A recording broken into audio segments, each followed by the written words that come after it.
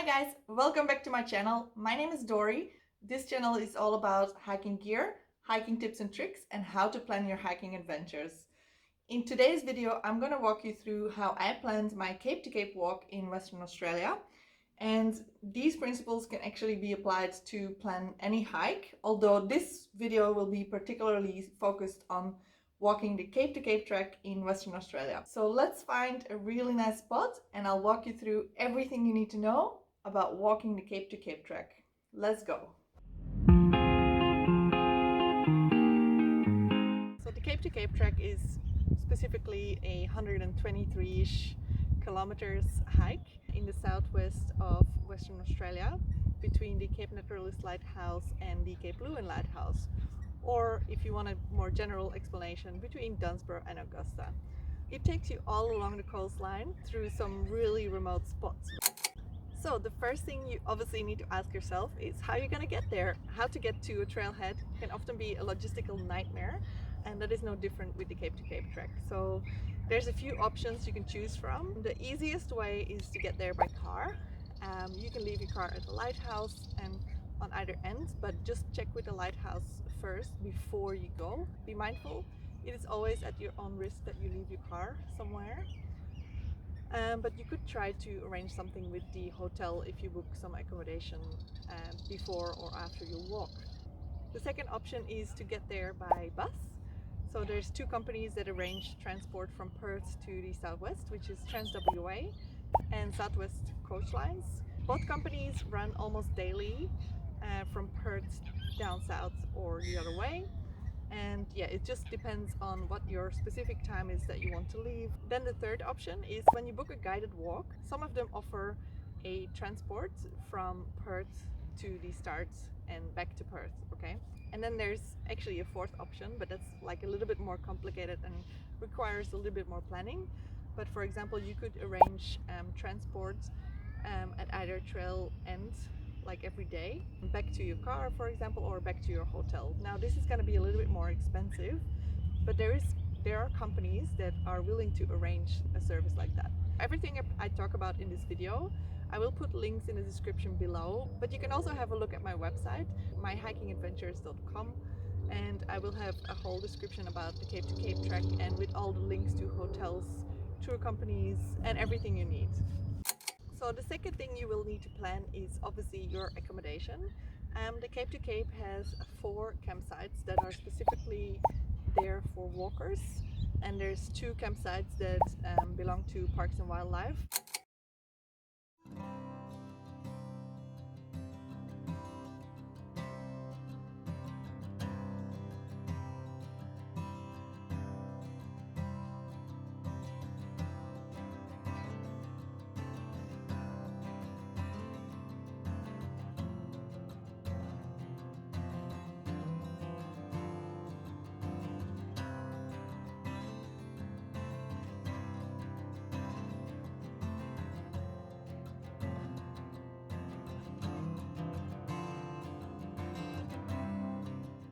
The facilities at those campsites are pretty basic, so there is a toilet, like a bush toilet, but it has a seat, so it's okay. Most of the times there will be toilet paper, but you're always advised to take your own. There's also a water tank that you can use. Always be mindful that you need to treat the water. All the campsites will also have some picnic tables and tent sites. So the Cape to Cape campsites, you cannot book them, so it's just a first come first serve. There is plenty of space though, and honestly I've never had a problem finding a spot. The national park campsites, you do have to book in advance in theory, but I also never had a problem arriving there without a booking. Those are the only 2 campsites that you can make a fire all along the Cape to Cape trek. You also have a lot of private options along the trail, such as hotels in Valley, Gracetown, Yallingup. I have a lot of links on my website, so you have a lot of options to choose from. So then the question is, are you going to go northbound or southbound? This is like a personal preference, but a lot of people go southbound because of a few reasons. So first of all, the sun will always be behind you and not in your face. Secondly, the views are way better when you go southbound, and also you end up with the hardest day on the last day. Alright, because it can be a bit discouraging if you're leaving from Cape Lewin Lighthouse all the way to Deep Dean. It's a hard section. So most people go southbound, but there's obviously nothing wrong with going northbound. Let's talk about the best time to walk the Cape to Cape track, and that is actually between March and May or between September and November. So my favorite time to walk the Cape to Cape is September, November, because it's the wildflower season, and I just got back from the Cape to Cape and the wildflowers were just about to bloom, and honestly I think everyone who walks it this time of the year is very lucky because it's so colorful and it's just so beautiful. How fit do you have to be to walk the Cape to Cape? Well, anyone can do it, honestly, but there are a few very tough sections, and those are the beach stretches, and mainly because some of the stretches are soft sand, and so you can be walking for 5 kilometers on soft sand, and that is not to be underestimated. So the advice I would give you is to have different itineraries. So if you do not want to continue during the day or you want a shorter walk, you can still do that. I know a lot of people underestimate this walk, but there's no mountains like in New Zealand, but it's just the soft sand that makes it very difficult. But there's another things that you have to consider when we're talking about safety. So first of all, you will be walking along four-wheel drive tracks. There is a chance that you will encounter four-wheel drives, and so just be careful. They might not always see you, so always make yourself be seen. And I did actually encounter a few four-wheel drives. A few of them were on the beach in Hamlin Bay, and the other time I encountered them was just on a stretch near Preveli, because that's quite a busy area. Right, the second thing about safety is you need to be cautious of snakes. There's a good chance you will see more than one snake on your trip, but the good thing is that most of the time the snakes hear you coming, and this is not a video about how to deal with snakes, but be mindful that there is tiger snakes and dew guides that are in the area. Now what I would do is just prepare yourself for when you get bitten, so take a snake bite kit with you, including in your first aid kit, and don't panic, okay? Another thing you need to definitely take into account is that there are river crossings, especially when you go in spring. So this time of the year the Margaret River is flowing, and you need to always prepare yourself to take a detour or either to cross the river safely. There's a few websites you can check out, and I'll also link it in the description below, that have daily status updates on the safety of the crossing. But also, if they say it's crossable, just make sure that you know if it's at high tide or low tide as well, okay? I took a detour, and personally the detour wasn't that bad. The only stretch that was actually, well, it was actually very dangerous. It was a long cave road for 3 kilometers at the turnoff to Preveli. So I did not like that section because there was heavy traffic, there was no path along the way, so you're just walking near the edge of caves roads. Not good. The last thing I want to talk about in terms of safety is dehydration and heat exhaustion, okay? When you're walking the Cape to Cape, there is not really any shade. There's only one section that goes through the forest, and all other sections are along the beach or across bushland, which does not offer any shelter at all. So always take a hat and plenty of sunscreen, guys, because even if it's cloudy you can still get burnt, okay? But anyone who is from Western Australia will know the dangers of the sun. The second danger that comes with that is dehydration. So most of the times there is water at every campsite. The only time of the year that it might be a little bit tricky to get water is just after the Easter weekend, because then a lot of people actually do the Cape to Cape and it's kind of like the end of summer, so the water tanks might run out of water. I've never had any issues with that. Also, you could fill up your water bottles in Preveli, Gracetown, Yallingup, and also obviously if you go a private accommodation, I would advise to bring at least 2 liters of water per day per person. For me it wasn't enough because I had to wild camp twice, and I had to be really careful with my to not run out of water, because I was actually wild camping, okay? And you're not allowed to wild camp, but sometimes you have to, and you know, if you leave no trace then it shouldn't be a problem. Right, so before I'm going to talk about itineraries and the sections of the Cape to Cape, I also want to talk about food stops and where you can get supplies. So I also already told you that you can get water from the water tanks on the campsites, but there is a few towns that you come across where you can actually have a nice meal or a coffee or something like that. There is 2 cafes and a bakery in Yellingup. There is also a hotel and a bottle shop. And there's a few campsites and all that stuff, so there's definitely enough to keep you busy there. Then the next town you will come across is Gracetown. There is one general store slash cafe in Gracetown. They have amazing food, and honestly it's a really nice stop because most of the time if you're leaving Moses Rock campsites to go to Ellenbrook or whatever, it's a perfect spot to stop for lunch. Then the next town you come across is Prevely, or Prevely, I still don't know how you pronounce it. The Cape to Cape track doesn't go through town, but you can do a little bit of a detour, and there's a few cafes and also a few accommodation options. Then the next thing you will come across is the Hamelin Bay Caravan Park. There you can get some snacks or some drinks, but that's about it. So it's not a town, it's actually a caravan park. And then after Hamelin Bay you won't have anything until Augusta.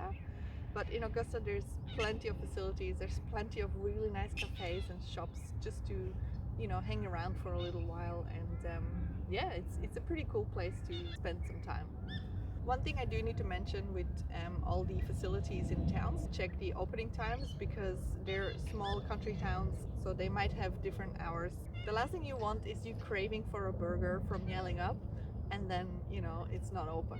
So always check in advance. So then there's 2 things I still need to talk about, and that is navigation and also itineraries. So there's a lot of itinerary options available, but let's talk about navigation first. So the trail is very well marked with these trail markers. It's very difficult to get lost, but there are a few sections where it is a little bit hard to see the next trail marker. So you can get the paper maps, which come in a packet, 2 maps. These are very well used and they have been very handy, so I would recommend them to anyone. You can also purchase the guidebook, the Cape to Cape guidebook. I will put a link in the description below and also on my website. There's also an app available from the Cape to Cape track itself. It's called the Cape to Cape track app or something. I'll also put a link below, but you have to pay for that app. Another paid app is Guidebook. I have the Australia-New Zealand Trail bundle. If you want to have a free option on your phone, you could always download a GPX file and then insert it in one of your map apps, such as GPX Viewer. That's what I use. So then you can just follow along again. So for all these apps, you do not need internet because another thing I need to mention is reception on trail is not always reliable. So a lot of the times you will have reception when you're a little bit higher, but there's gonna be times where you do not have any reception, so keep that in mind as well. It's actually getting better because the first time I've done it, I didn't have much reception at all along the whole trail, and this time around I was very surprised to have a lot more reception. So it is getting better. Then the last thing I want to talk about is obviously the sections and itineraries. So most people take between 5 and 8 days to complete the Cape to Cape track. So I will quickly explain what itinerary I chose and why, but then I will also include below in the description a few different itineraries that you can choose to make your walk a little bit longer and easier, or just to give yourself the extra challenge. But I promise you, you will get a challenge if you walk the Cape to Cape track, regardless of how many days. So the first day you actually go from Cape Naturalist to Mount Duckworth's campsite, or you can also go to Yellingup. Mount Duckworth is free campsite, and if you go to Yellingup you obviously need to pay for accommodation, but it takes off that little extra edge for the next day. Then on the second day you go obviously from Mount Duckworth to Moses Rock campsite, which are the 2 Cape to Cape campsites. So day 3 I went from Moses Rock to Ellensbrook. It's not a very tough day, okay? A lot of people go Ellensbrook Prevely, or if you're really keen you can go Ellensbrook to Contos. Most people who do it in 6 days need to go one long day, and they usually go Ellensbrook to Contos. It is not an easy day, but it is a beautiful day. You go through the forest and all that stuff. And if you stayed at Contos, you can go Contos Deep Dean or Contos Hamelin Bay the next day. Alright, so that's day 5. You have the stretch to Hamelin Bay, and that is a really long beach stretch. It's about 7 kilometers. Day 6, you can choose, if you stayed in Hamelin Bay, you can make your way all the way to Augusta, which is like 21 kilometers, I think, or 23 kilometers. But if you stayed at Deep Dean, it's only like 17 kilometers to Augusta. Anywhere from Hamelin Bay to Augusta, I think is very tough. It's the toughest section of the whole trek, and the reason being is, well, it's mainly soft sand and beach walking. So it's not an easy stretch. What I will tell you is that if you haven't booked a bus to go back to Perth the same day, will make it easier for you, because the bus usually leaves at 3 p.m. from Augusta, and when you're walking to Augusta, you're walking to the lighthouse. So from the lighthouse to Augusta, it's another 10 kilometers. If you don't have any plans for that same day, it will make it a lot easier because you have a lot more time to cover that difficult section. Next time I would give myself an extra day to actually make my way all the way up to Augusta and just relax for the afternoon, and then take the bus the next day. When you're arriving in Augusta, you can take a taxi back into town. It's about 10 kilometers, but you can also arrange transport back to your car from the lighthouse. Just call any of the tour companies and they will be happy to help you. Alright, this was a lot of information. One thing I will say is that I had a really great time on the Cape to Cape. It is a massive challenge, but it is totally worth it. If you go in the wildflower season, it's just so beautiful. But even without the wildflowers, it's just a really beautiful walk. After every corner, you're gonna want to take a picture, so keep that in mind. If you go in spring as well, you have a chance to see whales, dolphins jumping around in the waves. You know, it's a lot of things that you can discover. Alright, for now, I thank you so much for watching. Stay tuned for more content, and I'll see you later. Bye!